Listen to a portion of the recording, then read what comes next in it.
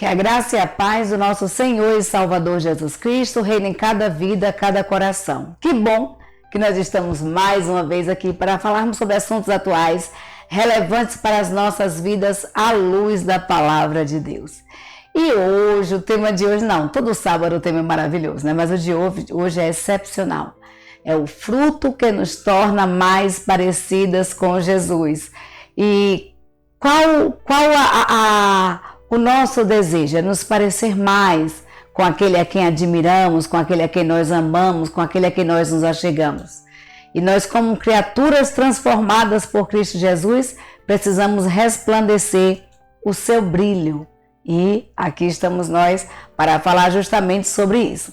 Mas antes de começarmos, nós iremos falar com Deus. Eu convido você a fechar os seus olhos, elevar os seus pensamentos a Deus e interceder a Deus por sua vida, por sua família, pelo seu lar. Eu não sei o que está acontecendo na sua vida, mas uma coisa sei: Deus está no controle de todas as coisas. Ele que zela por nós, que cuida de nós e que intercede, intervém em nossas vidas. Santo e eterno Deus, Pai amado, glorificado Senhor, exaltado, ó Deus, seja o teu nome sobre toda a face da terra. Senhor, muito obrigada pelo dia que tu nos deste, pela tua presença em nossas vidas, pelo teu cuidado, pelo teu agir. Muito obrigada, Senhor, porque nas pequenas coisas, nas pequenas vitórias, nós podemos ver a tua ação, a tua mão, Senhor, agindo de forma poderosa, extraordinária. Nas pequenas coisas nós vemos o teu agir em nossas vidas. Muito obrigada, Deus. Nesse instante eu te peço por cada vida em que a tua palavra está adentrando, ó Deus, nesta noite, neste momento. Toma, Deus, nas tuas santas mãos. Restaura, Senhor, aquilo que precisa ser restaurado. Ministra, Deus, o teu bálsamo de cura, de restauração. Tu sabes, ó Deus, quantas famílias, ó Deus, têm estado acometidas, ó Deus, com enfermidades, com pessoas também que estão enfermas. E nós te pedimos, ó Deus, a tua cura. A tua palavra nos diz que tu és o médico dos médicos. E quem dá a última palavra em nossas vidas é o Senhor. Muito obrigada pelo teu cuidado, pelo teu agir. Em nome de Jesus é que nós te pedimos. Obrigada pela oportunidade também, ó Deus, de estarmos aqui transmitindo, ó Deus, a tua palavra. A união feminina, ó Pai, tem todo o cuidado de preparar. Os irmãos em Cristo Jesus têm todo o cuidado, ó Deus, de estarem fazendo os estudos. E nós, ó Deus, temos a oportunidade também de, nesta noite, estar compartilhando esse estudo com cada vida, ó Deus, que está ouvindo agora. E nós te pedimos, ó Senhor, muito obrigada por essa oportunidade, por esta rica oportunidade. Continua a nos usar como instrumento nas tuas santas mãos. É o que nós te pedimos no nome santo de Jesus. Amém, amém e amém. O fruto que nos torna mais parecidas com Jesus é um artigo da revista Visão Missionária, escrito por Laisa Saad. Artigo do terceiro trimestre de 2025. E nós, como nós falamos em um mundo que a gente está vendo aí, que está na moda ser evangélico, né? Todo mundo diz que é evangélico, todo mundo diz que serve a Deus. Mas como se parecer mais com esse Deus a quem nós servimos, a quem dizemos que servimos, né? Como nos tornar mais parecidos com Jesus? Às vezes as pessoas usam de vestes, de roupas, de penteados, de estereotipos, mas nós precisamos nos parecer com Jesus em nossas ações. Não só em nossas vestes, em nossa aparência física, mas precisamos parecer com Jesus em todas as áreas das nossas vidas, porque nós somos feituras de Deus, criaturas de Deus, filhos de Deus, e precisamos nos parecer com este Deus, o qual nós chamamos de Pai. E aí a autora nos diz assim, que nós somos mulheres salvas pela graça, e tais como nós somos salvas pela graça, nós precisamos ser mudadas em nossa maneira de viver. E isso todavia não acontece por meio de um conjunto de regras memorizadas, de regras a serem seguidas, mas a Bíblia nos ensina na sua palavra como nos parecermos mais com Deus. Isso não é através de dogmas, de de leis, de coisas instituídas por homem, mas a própria palavra de Deus. Eu costumo dizer que a Bíblia tem uma palavra para todas as instâncias das nossas vidas. Não seria diferente para com o que Deus quer que eu me pareça, com que você se pareça. Se nós temos o DNA de Cristo, se nós somos feituras e criaturas de Deus, filhos de Deus, nós precisamos nos parecer com esse Deus. E aí, Gálatas capítulo 5, versículos 22 em diante nos diz assim: olha, mas o fruto do Espírito é amor, gozo, paz, longanimidade, benignidade, bondade, fé, mansidão, temperança, que quer dizer domínio próprio. E contra essas coisas não há lei. Nada há contra isso. E os que são de Cristo, continuando até o versículo 25, crucificam a carne com as suas paixões e com as suas concupiscências, com seus desejos. Se vivemos em espírito, nós precisamos também andar em quê? Em espírito. É isso que a palavra de Deus nos diz. Se eu tivesse parado no estudo aqui, o estudo já estaria sendo feito, já estaria sendo dado. Nós temos aqui as diretrizes, as quais nós devemos seguir para sermos parecidos com Cristo. Nós precisamos ter o fruto do Espírito Santo de Deus em nossas vidas. Como eu costumo dizer, eu não posso dizer que Cristo vive em mim se eu continuo vivendo da mesma forma antes de ter esse Cristo. Se eu digo que Cristo, que o Espírito de Deus habita em mim, eu preciso modificar a minha forma de agir. Automaticamente o Espírito Santo de Deus, é o que a palavra de Deus nos diz, nos convence do pecado, da justiça e do juízo. Então a palavra de Deus, ela nos convida, queridos, a frutificarmos, a darmos frutos, porque o fruto do Espírito Santo o fruto do Espírito é justamente aquilo que o Espírito Santo está trabalhando em nossas vidas, em nossos corações. Então a autora nos pergunta algo assim, que muitas vezes também nos chega ao questionamento. Na rotina do dia a dia, agitada, como podemos desenvolver o fruto do Espírito? Quais são os momentos em que exercer o domínio próprio torna-se difícil? Como podemos vencer essas dificuldades? Como podemos estabelecer relacionamentos discipuladores para nos tornarmos mulheres mais parecidas com Jesus? E a resposta foi dada ali em Gálatas capítulo 5, versículo 22. Mas o fruto do Espírito é amor, gozo, paz, longanimidade, benignidade, bondade, fé, mansidão, temperança, domínio próprio. E ela não diz que são frutos, ela diz o fruto, porque é um fruto só, é um espírito só. E esse fruto, ele tem várias características, ele tem várias facetas, ele trabalha em todas as áreas. A gente vai ver assim, se você pega uma mexerica e você abre, é uma só, mas ela tem vários gominhos, né? Vários pedacinhos, vários gominhos. Vários auréolos. Da mesma forma, é o Espírito Santo de Deus.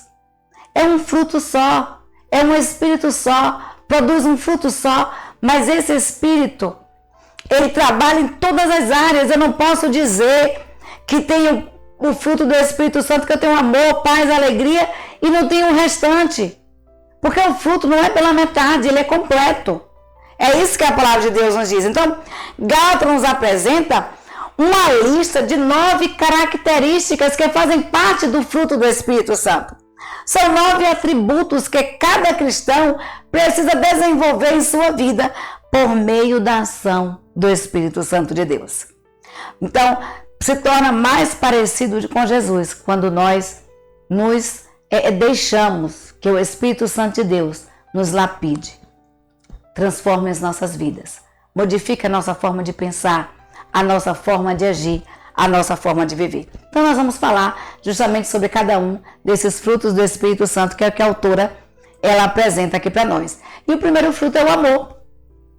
A Bíblia nos diz em 1 João, capítulo 4, versículo 8, nos diz assim: quem não ama não conhece a Deus, porque Deus é amor. Deus é amor. Então, como Jesus amou, nós também precisamos, queridos, amar.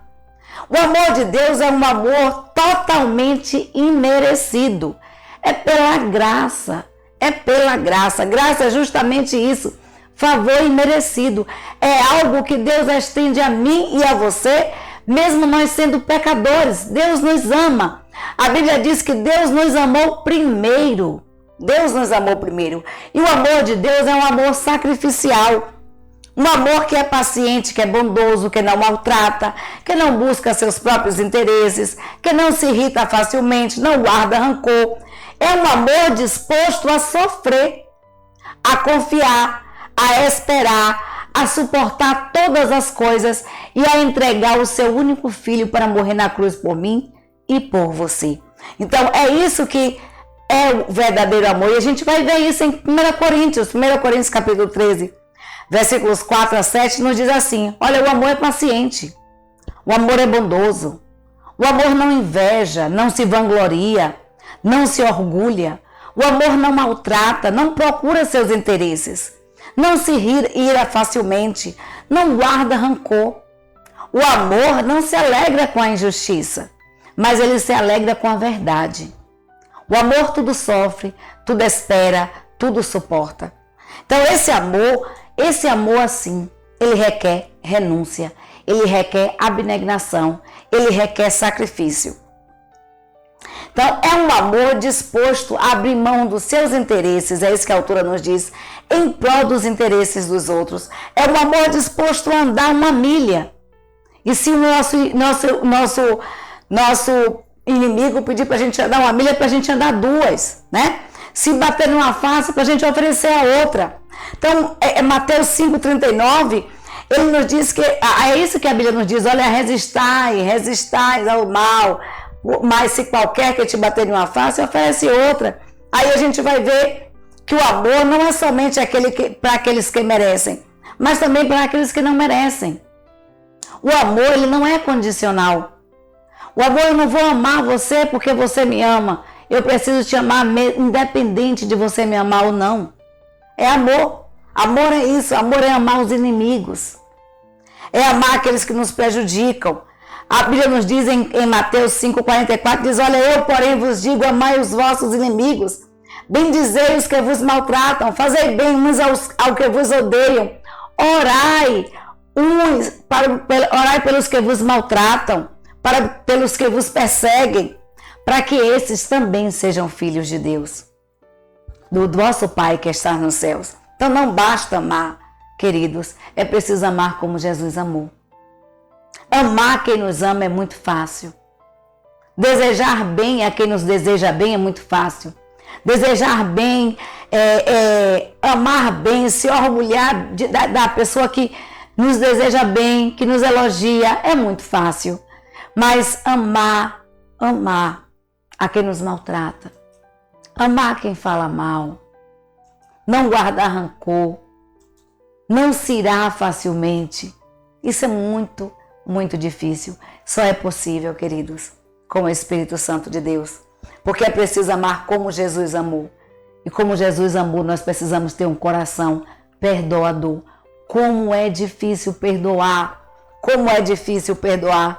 E nós precisamos perdoar, nós precisamos liberar o perdão em nossos corações, estender misericórdia àqueles que estão pecando contra nós, exercer misericórdia àqueles que desejam mal a nós. Então isso é muito difícil e nós precisamos, como filhos de Deus, como filhos amados, permitir que o Espírito Santo de Deus trabalhe em nossos corações nesse sentido. E aí o outro fruto é o quê? A alegria. A Bíblia nos diz em Filipenses 4:4, alegrem-se sempre no Senhor. Novamente direi, alegrem-se, exaltem, pulem no coração, dê gritos de alegria, júbilos de alegria. A alegria que procede do Espírito Santo de Deus É uma alegria, queridos, que ultrapassa toda e qualquer circunstância. E a Bíblia diz que a alegria do Senhor é a nossa força. É a nossa força. A alegria do Senhor é a nossa força. Então a alegria do Senhor, ela está presente mesmo nos momentos difíceis. Nós somos capazes de olhar além deste mundo. E um coração alegre aformoseia o rosto, clareia o rosto. Então o cristão está ser cristão, a alegria do cristão está no fato de ser salvo. E um dia herdará a vida eterna.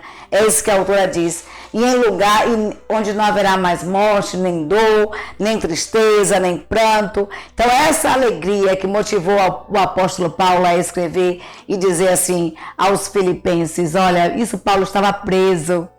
As circunstâncias que Paulo estava vivenciando era terrível. E Paulo encontrou alegria no seu coração e ensinou a igreja de Filipenses a amar e ensinou a nossa igreja também a amar e a ter essa alegria no coração. Essa alegria que provém do Espírito Santo de Deus. Paulo diz à igreja, olha, alegrai-vos, queridos, alegrai-vos no Senhor. Independente de quais sejam as circunstâncias, a alegria do Senhor é a nossa força, ela é que nos dá força, vigor, ânimo para continuar a jornada. É no Senhor que nós encontramos forças para levantar para mais um dia. Às vezes nós estamos com tantos problemas, com tantas dificuldades, e aí a gente tem dificuldade até de levantar. E é em Cristo. Eu digo isso por experiência própria, que é em Cristo que nós encontramos forças para despertar para mais um dia e sorrir, porque o sol nasceu e ele brilha para mim, para você. Uma graça, uma dádiva, um presente de Deus, porque a nossa vida é um presente do Pai. E nós precisamos ter sim essa alegria no nosso coração e dizer, Senhor, alegrem-se no Senhor, eu me alegrarei, todavia eu me alegrarei no Deus da minha salvação. Essa é a alegria do cristão. Então nós precisamos sim nos lembrarmos das boas novas do Evangelho e mesmo em dias difíceis e turbulentos, há motivos de nos alegrarmos no Senhor. Há motivos quando nós nos lembramos que estamos de pé. Temos a oportunidade de respirar e que Deus nos deu essa oportunidade. Então vamos usá-la sabiamente, com alegria, amor e gratidão no coração. E a alegria, olha lá, um coração alegre, ele aformoseia o rosto. A alegria também, ela vem da gratidão, né, a Deus. E aí o autor nos diz assim, paz. Esse é um dos frutos do Espírito Santo, paz. E o fruto do Espírito Santo da paz, queridos, a Bíblia nos fala em 3 sentidos de paz. Ela nos diz que a paz de Deus, ela nos fala da paz com Deus e ela nos fala da paz uns com os outros.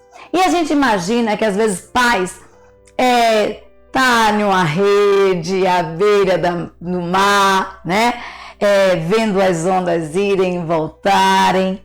A gente muitas vezes imagina a paz assim, na sombra e água fresca. Mas a paz de Deus, ela é diferente.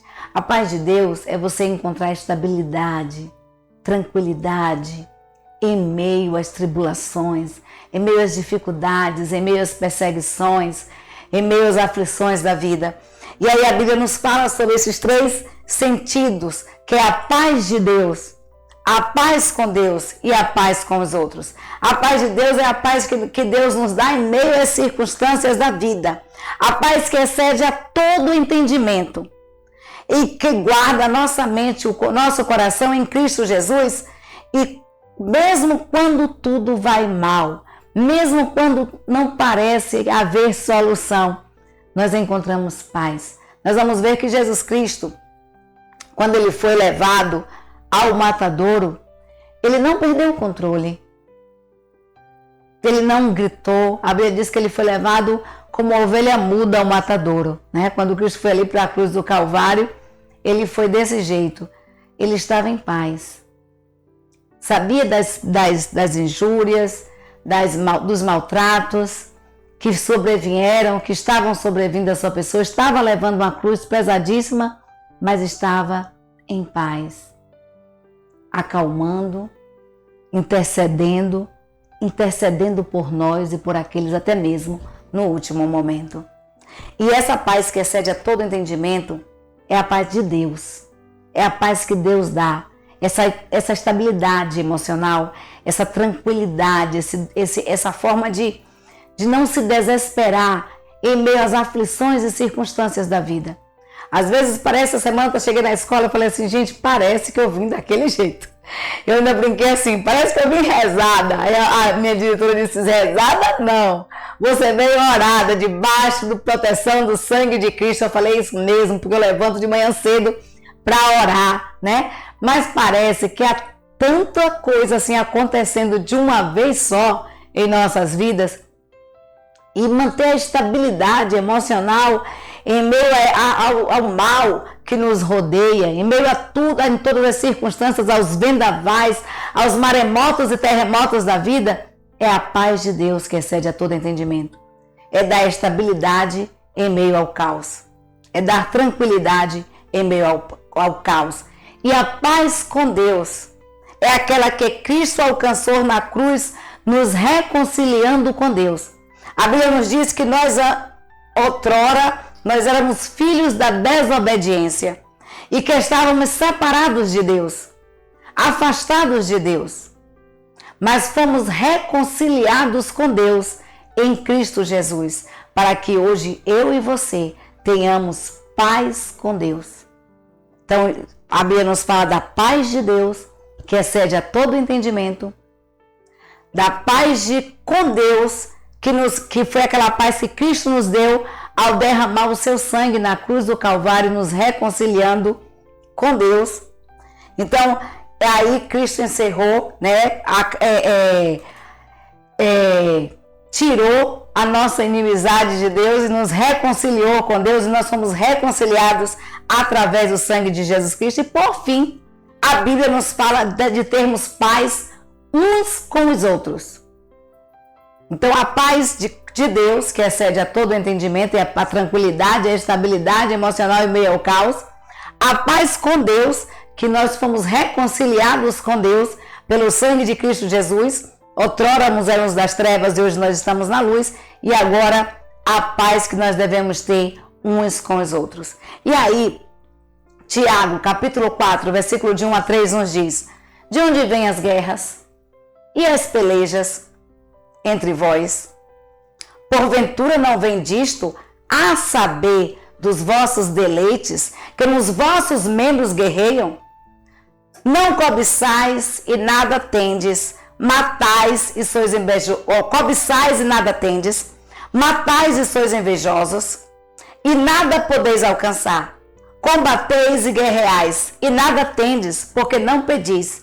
Pedis e não recebeis, porque pedis mal, para gastardes em vossos deleites.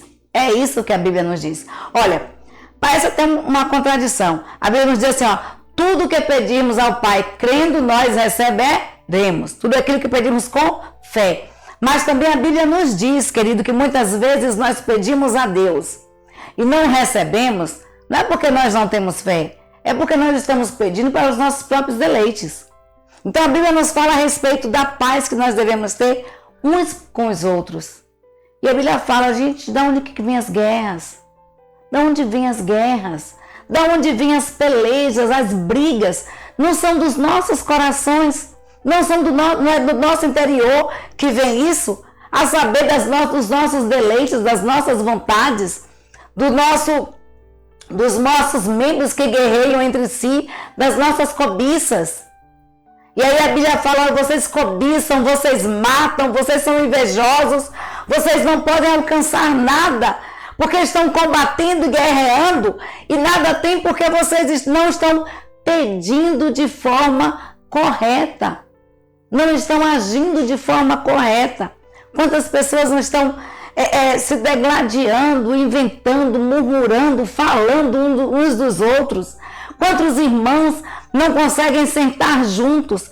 Quantos casais estão separados do leito? Às vezes alguns colocam até travesseiros no meio. Quantas pessoas não conseguem se dirigir uma a outra? E a Bíblia nos fala, vocês estão vivendo dissolutamente, isso vem do coração de vocês. E isso não é do fruto do Espírito Santo, porque o fruto do Espírito Santo é um, que tem várias características. Com várias características. E nós precisamos, como servos de Deus, como filhos de Deus, termos paz e sermos propagadores da paz. E aí, a paciência é outro fruto do Espírito Santo. A Bíblia nos diz em 2 Pedro 3,9, o Senhor não demora em cumprir a sua promessa, como julgam alguns.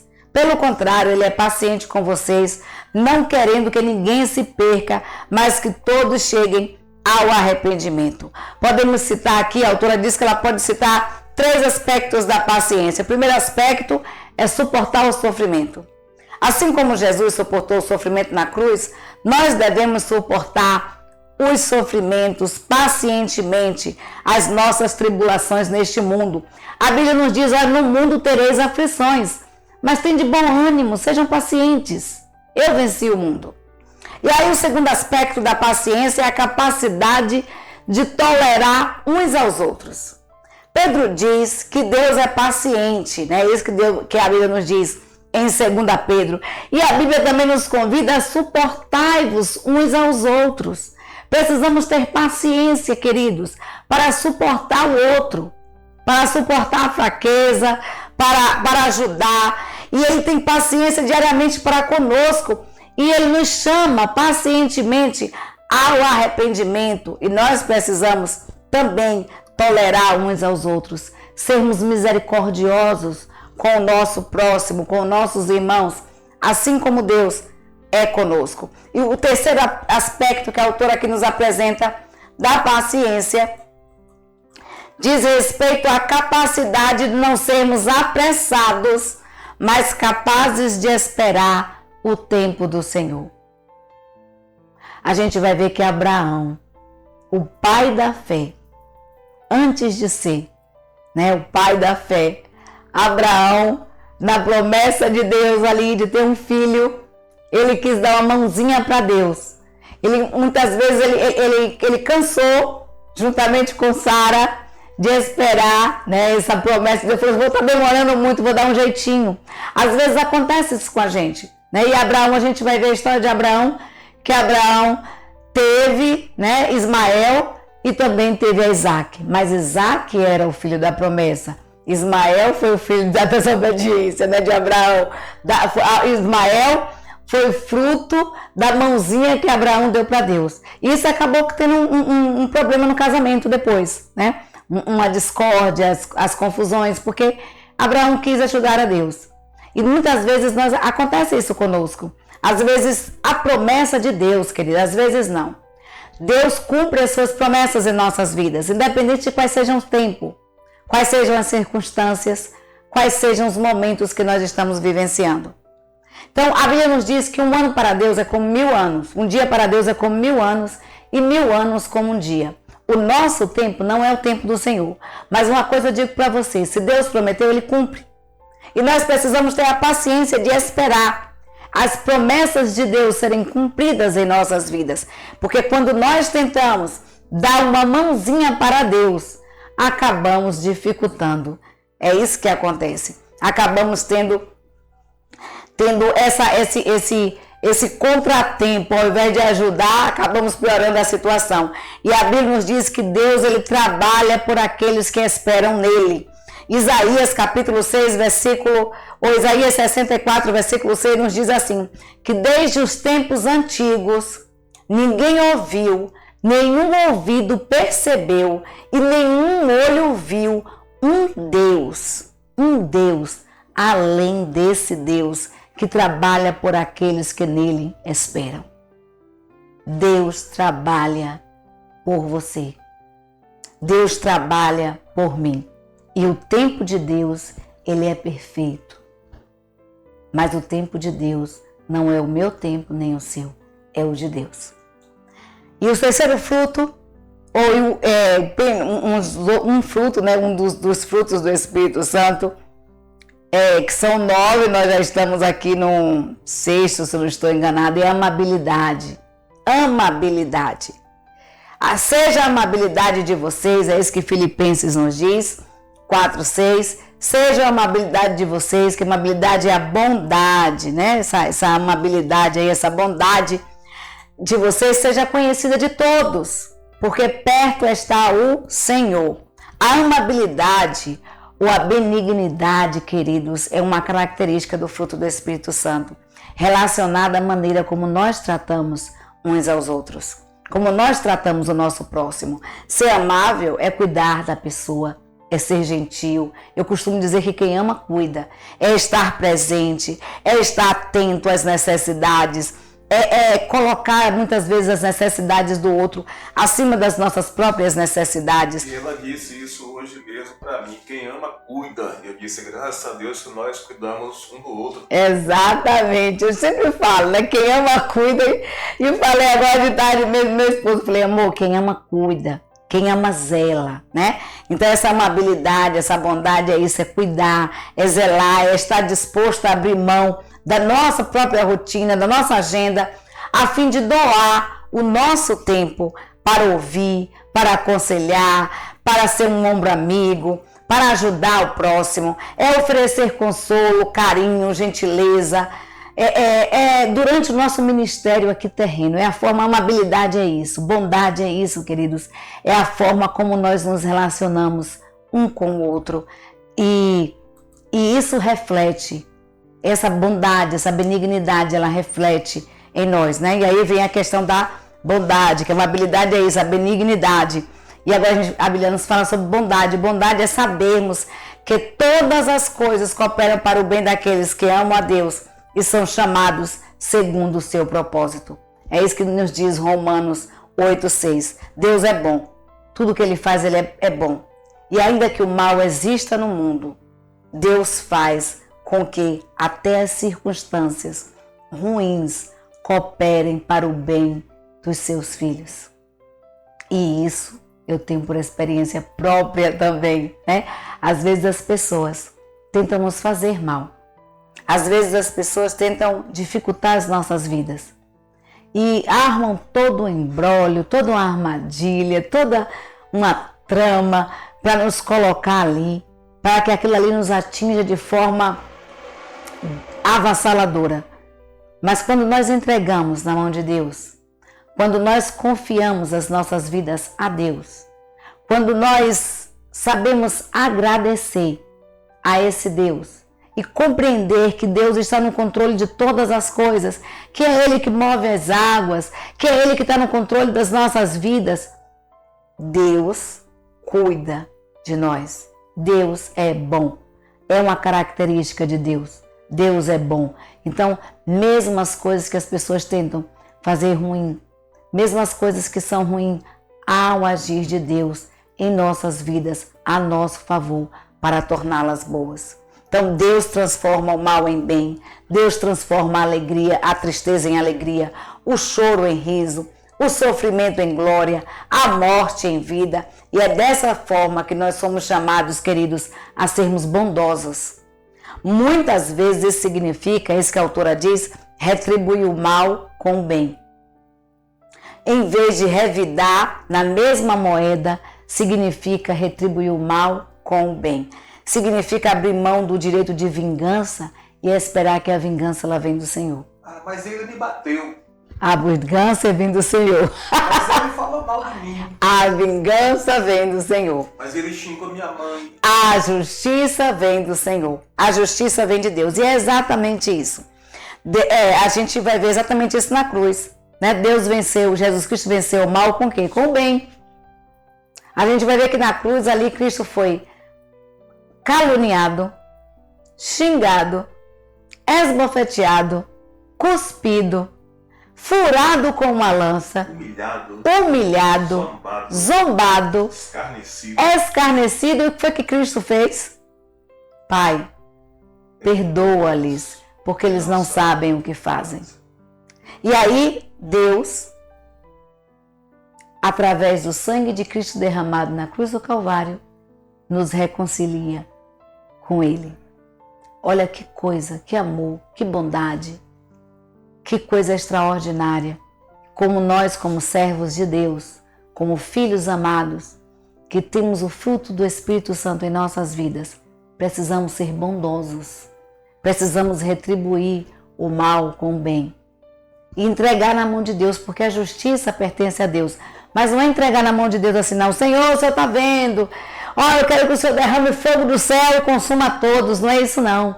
É entregar na mão de Deus. Senhor, Tu és justo. Julga a minha causa. Não se preocupe, queridos. Deus julga. Deus julga. No tempo certo, na hora certa, da maneira certa. E Deus é aquele que transforma o mal em bem. E aí a gente vai ver a fidelidade de Deus. A fidelidade de Deus. 2 Timóteo 2,13 nos diz assim: se nós formos infiéis, Ele permanece fiel, porque Ele não pode negar a si mesmo. Deus é fiel. Fidelidade é um fruto do Espírito Santo. A fidelidade de Deus consiste no fato de Ele cumprir aquilo que Ele diz. Cada uma das promessas de Deus, cada uma das suas palavras, elas são cumpridas em nossas vidas. Aquilo que Deus prometeu, Ele cumpre. Da mesma forma que o Senhor quer que sejamos confiáveis e fiéis também em nossos compromissos. Quantas pessoas, olha, saudoso era o tempo, é o tempo em que as pessoas, os homens, diziam uma coisa e só a palavra bastava. Um fio do bigode. Um fio do bigode, uma palavra. O nome, era um compromisso, era compromisso que se tinha, honra, ética. Saudoso é esse tempo, porque hoje vivemos em uma época que as pessoas assinam promissórias, têm testemunhas, assinam contratos e não honram seus compromissos. Então nós precisamos, queridos, como servos de Deus, sabermos sermos cumpridores dos nossos compromissos, nos nossos negócios, nas nossas famílias, no nosso relacionamento. Ele quer que cumpramos a nossa palavra, assim como Ele cumpre a dele. E além disso, Deus ele permanece fiel mesmo quando nós somos infiéis. Deus ele cumpre as suas palavras em nossas vidas. E Deus deseja que sejamos fiéis da mesma forma, que honremos a nossa palavra. Oh, queridos, como é triste vermos cristãos, vermos pessoas as quais nós não podemos confiar, as quais nós não podemos dar crédito à palavra, porque o que sai da sua boca é mentira. Então, o que a Bíblia nos diz? Que o pai da mentira, quem é o pai da mentira? O que a Bíblia fala sobre o pai da mentira?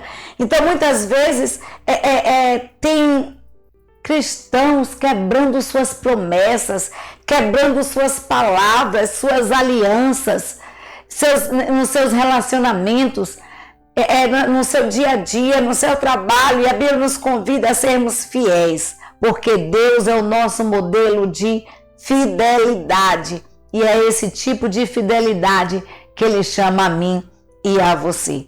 E aí a gente vai ver a mansidão. Olha, Mateus capítulo 11, versículo 29 nos diz assim: tomem sobre vocês o meu jugo e aprendam de mim, porque eu sou manso e humilde de coração, e vocês encontrarão descanso para as vossas almas. A autora nos diz aqui algo interessante, que a mansidão é a capacidade de ouvir repreensões e críticas sem reagir com ira ou agressão. Quantas pessoas muitas vezes são exortadas e respondem com 4 pedras na mão?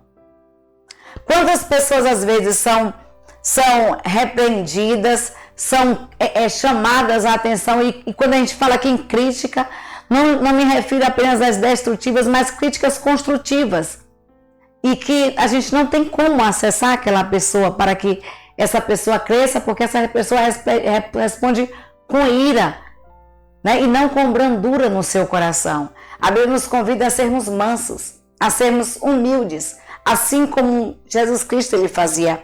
Raramente revide com furor algum comentário de acusação. Jesus Cristo nunca revidou com furor um comentário de acusação contra ele, né? Que tivesse intenção de revidá-lo. Muito pelo contrário, ele respondia com brandura. Quantos de nós temos a capacidade de fazer isso? É isso que a autora nos pergunta. Quantos de nós temos a capacidade de responder com mansidão, com brandura? Assim como Cristo respondeu quando ele era interrogado, interpelado por alguém, quando era questionado por alguém, quando era criticado, né? Jesus Cristo vai lá e ele tinha aquele todo cuidado de responder com mansidão, com humildade. Quantos de nós temos essa capacidade? Quantos de nós podemos responder àqueles que propositalmente nos ofendem? Mesmo quando Jesus Cristo falava as palavras duras em seus discursos, ele a falava com brandura e com ternura. Jesus não era agressivo e ele nos convida a que hajamos da mesma forma, falar como ele falava conosco, com autoridade. E isso, queridos, fruto do tempo, finalmente, né, termina com o fruto do domínio próprio.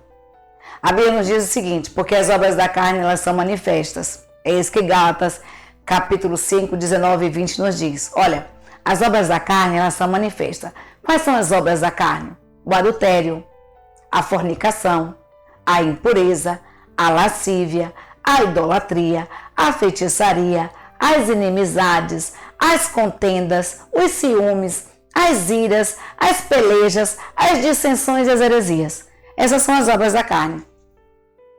E aí o autor nos diz assim, que o domínio próprio é a única característica que não possui um atributo que seja equivalente de Deus. Por quê? Porque Deus não tem necessidade de manter controle sobre suas paixões, porque ele não tinha isso. Paixões pecaminosas.